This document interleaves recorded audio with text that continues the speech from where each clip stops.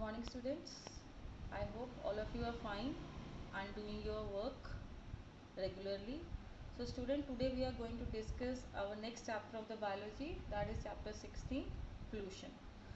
So in this chapter we will discuss about various types of pollution, what are their sources, what are their effects, and how we can control the problem of the pollution.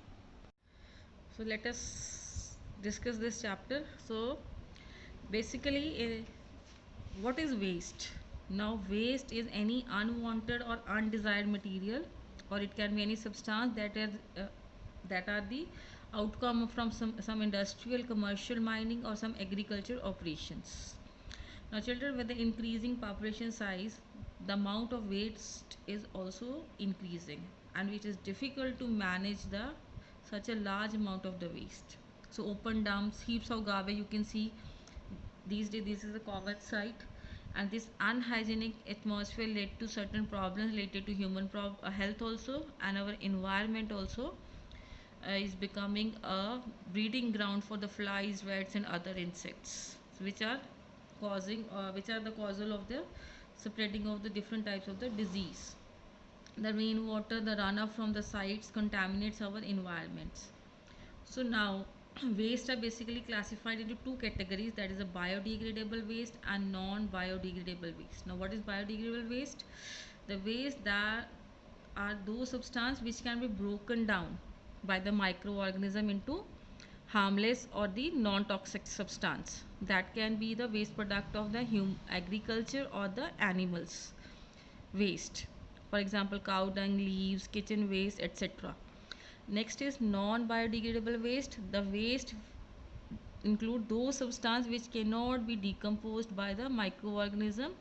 That include your all the metallic cans, plastic, glass, electronic waste, and their accumulation is the biggest source of a pollution these days. So next is pollution.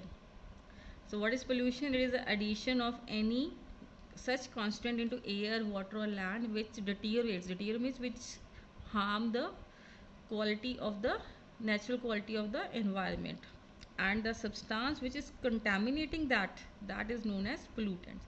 So children, basically there are five major types of pollution, that is air pollution, water pollution, soil pollution, radiation, and noise pollution. So first we are going to discuss about the air pollution. Now air pollution means degradation of the quality of the air, so which basically affects the living organisms as well as other objects also. Now air pollution also is for the two types, that is the gaseous pollution and particulate pollution.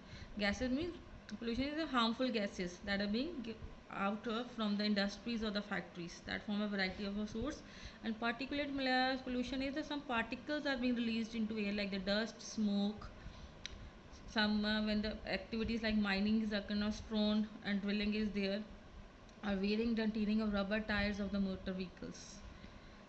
So these are the types. Next we are going to discuss about the sources of the air pollution. The biggest sources first is the natural sources. Natural sources like the ash coming from the burning volcanoes, dust from the storms, and the forest fires. Next is the man-made sources like the vehicular, automobile industries, garbage, brick kilns where we are making our bricks. These are the four major sources which to great extent cause the air pollution. Now if we talk about now man-made, the biggest contribution is made by the vehicular air pollution. Now see, now these days there are different kinds of vehicles like motor cars, there are trucks, buses, scooters, tractors are there. So they are mostly running on the petrol and diesel. So their exhaust which they will give out, that will contain three main gaseous pollutant, that is carbon dioxide, sulfur dioxide, and carbon monoxide. And simultaneously they will be wearing and tearing of the rubber tire also, as they will be driving the automobiles, so they will be releasing some rubber particles also. And when you are speeding the vehicles, that also raise the dust particles also into the air. So how we can control it, that our engine should be efficient, good quality fuels we should use, and the petrol quality, that is a lead free petrol we use, and greatly we should use CNG, the vehicles which are running on CNG. Next is industrial air pollution. So now you know the whole world is undergoing a new industrial revolution. So industries can be even a small scale or it can be a large scale, but all are becoming a major source of the air pollution because these chief industrial they release a very the harmful gases pollutants such as carbon dioxide, sulfur dioxide, carbon monoxide, and even some oxides of nitrogen also. And the smoke which is released by factories chimneys into air that contain all these particulate pollutant. So last is on burning the garbage. So some people use this thing that they burn the garbage. When you're burning the garbage, they will release the carbon dioxide and some other harmful gases, and the smoke that give out that further adds to the particulate air pollution. Next come brick kilns. The brick kilns are fire heated enclosures for making the construction bricks. So the raw moist clay bricks they are arranged in heaps with the firewood in between and then covered with a layer of some special mud mixture. So this setup is left for few days and the smoke collecting inside that released through the hole. You can see small opening is there at the top, and from opening the original mud colored bricks are found to be red, but there is a huge quantity of ash is being released at the end, and the waste produced are large quantities of ash and broken bricks bits also. These are also pollutants. So this is about the air pollution. Now next we are going to discuss the second type of pollution, that is the water pollution. Now what is water pollution? That means any change in the quality of the water which make it unfit for the drinking both by the humans as well as for other living organisms. Now what are the major sources of water pollution we will discuss further. So basically the main sources are our use of the household detergents, industrial waste, thermal pollution, sewage and oil spills. So now first household detergent. Now every home uses some detergent for cleaning as a cleaning agent to wash and clean their uh, clothes as well as crockery or utensils. So this dirty water that flows down into the drain. Next comes the sewage. Now sewage is a liquid water that is being released from our domestic activities. That may include your kitchen waste, your toilet or other household waste water. And most cities have their special sewage treatment plants also to remove the dirty part and release the clean part only. But still some places they are not having the practice of that. Next come the industrial waste. Large number of industries, whether they can be small or large scale, they produce waste water which contain many types of the chemical pollutants, and that waste are being directly thrown into the rivers. Even the fish processing industries that set up near the sea coast that also release some toxic waste material that is also causing the pollution. Further is the oil spills. These are the accidental discharge of petroleum in the oceans. So due to that, in the spills what happens, it may lead to the death of the uh, marine animals also, and it will also deteriorate the quality of the water also. So now next is the thermal pollution. Now what is the thermal pollution? Many industries like thermal power plants or oil refineries, they must use water for cooling their machinery. So this after cooling this hot water that is mainly about 8 to 10 degree warmer than the intake water is released directly into streams or rivers of the sea, and that cause warming. So warming of the water again is harmful, affecting the animals which are living in the water. So children, next we are going to discuss about the soil pollution. You must be knowing what is the soil pollution. The soil pollution is largely uh, that is mainly deal with deteriorating the quality of the soil, and basically their sources are industrial waste, urban and commercial domestic waste, uses of chemical fertilizers, and loading of the biomedical waste, and next is the pesticides. So first we are going to discuss about the industrial waste. In addition to releasing gaseous air pollutant, the industries also give out some solid waste also. So that can be in the form of some chemical residue, fly ash or metallic ash. And now next is the urban, commercial and domestic waste. Now the cities and towns which are having a variety of markets, that is food, grain, vegetables and fruits, vendor shops are there, tailor, restaurant, banquet halls. So they all are releasing large amount of solid waste in different form. So these solid waste, it is collected by the municipal workers and they are dumped for proper disposal, a part of which is converted into manure, but the rest can be dumped in the sanitary landfills. So what are sanitary landfill? These are the places where the waste is dumped in the ground depression and covered with the dirt every day. Next are the chemical fertilizers. Chemical fertilizers like the uses of certain nitrate, phosphates or ammonium salts. Basically the farmers are using to enhance the productivity of the crop and enhance the quality of their soil also, but their excessive use is harmful. So these fertilizers are being slowly washed away while when the rain comes by the rainwater and they reaches to the lakes and the ponds. So this leads to the faster growth of bacteria which consume lot of oxygen in the water, resulting in the death of the fish and other water animals. Now next is the biomedical waste. So you must have seen there are a number of the items which are falling under this category, that is your needles, mainly the hospital waste, needles, syringes, dirty dressings, unused discarded medicinal tablets or powders, discarded biological research materials, carelessly they're disposed of in the municipal garbage.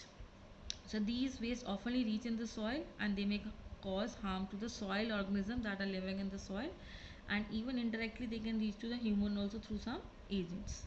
And the last one is the pesticides. Now several pesticides like DDT, dichlorodiethylene, that is being used were much used to kill the pest in agriculture farms and the downs also. But most of these undegraded form that it means that deteriorated the environment, and pesticides such as DDT, that is dichlorodiphényl trichloroethane, that is used in agriculture to destroy the pest after the basic structure of the means they will not only destroy the pest, they will also alter the basic structure of the soil, also kill the microorganism in it, and may even reach the human body also through the food chain, that food which by eating the food that is being grown in that soils. Now next is the radiation. Now what are radiation? Radiation is a form of energy that is consisting of a high energy particles. It is widely used in the field of medicine like X-rays, you must have listened the name, or in generating the electricity in the nuclear power plants that we have already discussed in the view of physics also. So X-ray that contain a great deal of energy that is majorly measured in the photons. They damage the body cells, and if we do frequently we are using X-ray exposure, that may cause serious health hazards also. They can damage our chromosome or genetic variations, or even they can lead to bone cancer. So X-ray machine operators have to take very special care to avoid exposure as much as possible. So next are the nuclear power plants. They can be also biggest source of the leakage of the radiations, either through the negligence during the disposal of the waste, or sometimes some accidental explosion can happen in the plant. You can witness the two various serious nuclear problem explosion have been occurred. One in the uh, Ukraine in 1986 and other in Japan on 11th March 2011, and so many people died and many others have suffered from the radiation exposure, causing certain health issues such as hemorrhage happened and even the cancer. So basically the chief radiate pollution is the iodine 131, which raises the risk of the thyroid cancer also.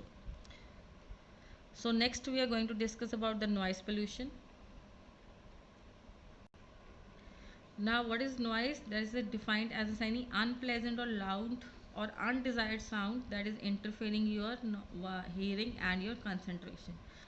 Now major sources of noise can be some industrial machines, some workshops or trains or automobiles in the street, or they can be jet aircraft landing or taking off in the air, or radio or the television inside your houses, or even the loudspeakers and the musical band that are being used in public places.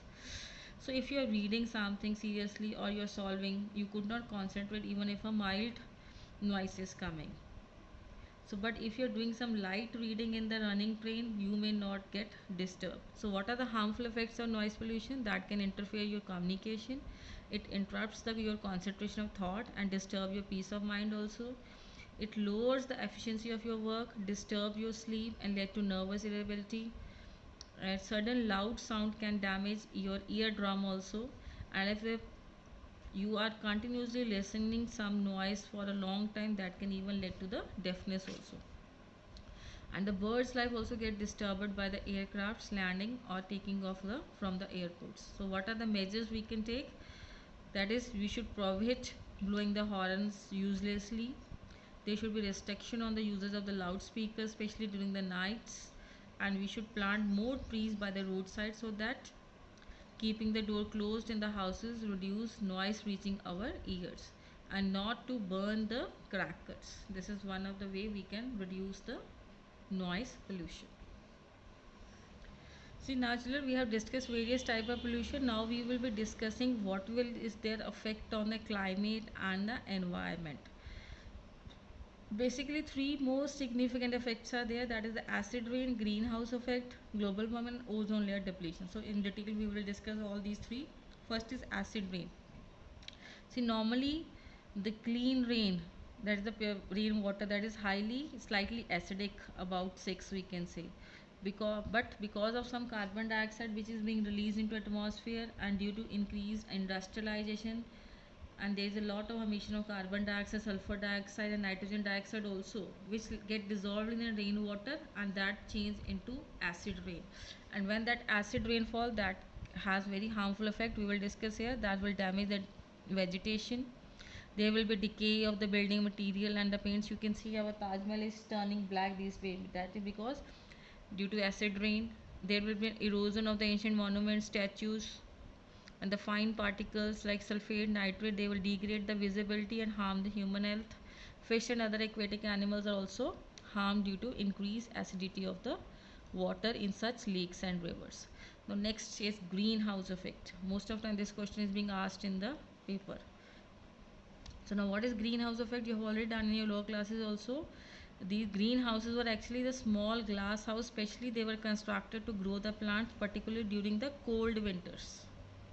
And the glass panel all around that lets the sunlight enter but does not allow the heat to escape. And the same thing you can experience when you are parking the car in the sun for some time, for few hours.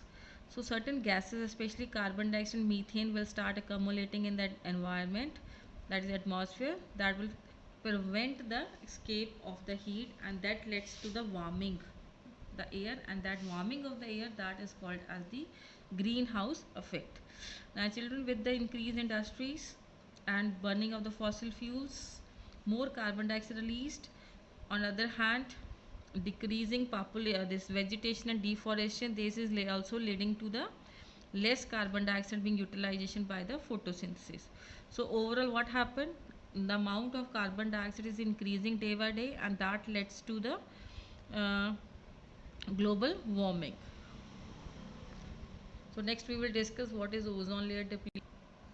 Now ozone, you can see O3, this is one of the allotropic form of oxygen, and it forms a sort of a sunscreen, as we are using to save from the sun. So it is type of a sunscreen high up in the atmosphere. Basically main function is that it protects us from the harmful ultraviolet rays that are coming from the sun. But as certain gaseous compounds like chlorofluorocarbons being released from the refrigerant or aerosol sprayers or packing materials, they rise in the atmosphere, and what they do, they just break down into chlorine atoms, which in turn break down the ozone into oxygen, and single nascent oxygen being produced.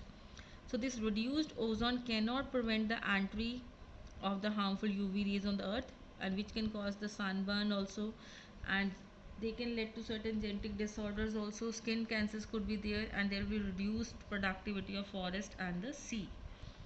Now children, just keep in mind this International Ozone Day is there. In 1 month they can ask the question, that is on the September 16th. Now what will be effect of all these things on the human health? So with the air pollution, many respiratory problems could be there, lung disorders would be there, and this particulate lead, that can cause our blood, there can occur the shortage of the blood cells. Smoke, that is a combination of smoke and fog, that leads to asthma and poor visibility. And exhaust gas, that is sulfur dioxide, that causes severe damage to the air passages in the lung, you will suffer from the bronchitis disease. Respiratory diseases would be there. Water pollution can lead to certain disease like cholera, jaundice, or typhoid. Soil pollution may indirectly affect the human health, and the pesticide which we are using in the farming, they may cause certain health problems. So now what are the ways how we can control the pollution?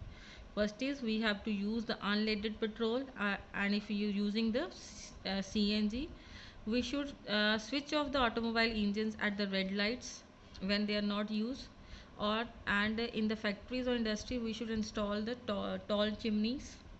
Treating the industrial effluent, means whatever the industrial waste should be there, they should be treated, means harmful things should be removed before then discharging them into water bodies. And we should not throw the food waste into open grounds or in the drains. Special sewage treatment plants should be installed, and septic tanks should be made in the houses. We should make a greater use of the compost and organic matter instead of the chemical fertilizers, and we should opt a new trend of recycling our plastic, metal, or glass material, and planting more in tree in this. Next are the vehicular standards. Special one standards are there, that is Euro Bharat vehicular standards. Means certain norms are being set up under this title that are applicable to the automobiles, that effectively means, what is the meaning, to cut down the sulfur and the nitrogen dioxide from the automobile exhaust. So BS, that is the Bharat stage emission norms, were first set up in the to control the pollution in year 2000, and every year they have been they have been upgraded. So like BS2, BS3, then BS4 and norms. So these norms mean that any motor vehicle running on the road had not to adhere a specific emission norm in order to reduce the pollution. So their standards are set up by the central governments to check the pollution level in the country. So BS numbers are based on European emission norms, which were referred as Euro 4, Euro 5, Euro 6, etc. And these are largely followed by the automobile makers and act as a good reference point as to how much good does a vehicle pollute. And now India, the Central Pollution Control Board set up these norms and the standards. So BS4 emission norms have been in place since April 2010, but were now enforced for the entire country till April 1st 2017. So in order to control the pollution, it is also essential that the quality of the fuel should also be looked up as well. Now next, you must be aware about Swachh Bharat Abhiyan. These days this question is coming in the exam also. That was a movement which was started by our Prime Minister, that is the Clean India movement. So it was started by Government of India. Officially they were launched, they can ask you this date, on 2nd October 2014 by our Prime Minister Shri Narendra Modi, who took the effort of cleanliness pledge in the India Gate at the Delhi. So he mainly wanted to fulfill the Mahatma Gandhi dreams of a clean and hygienic India, and emphasize the people not to litter here and there. So millions of the people from different sections of society have come forward and joined this movement. So what were the main objectives of this campaign? That was to clean the street, roads, or infrastructure of country, cities and town, to eliminate open defecation through the construction of the individual clusters and community toilets, and to establish a countable mechanism of monitoring the latrine use, and to achieve the sufficient solid and liquid waste management system. So this was all about the pollution chapter. Now children, these chapters basically maximum questions are being asked in your section A. So please go through this chapter carefully and learn all the terms. Thank you. Have a nice day.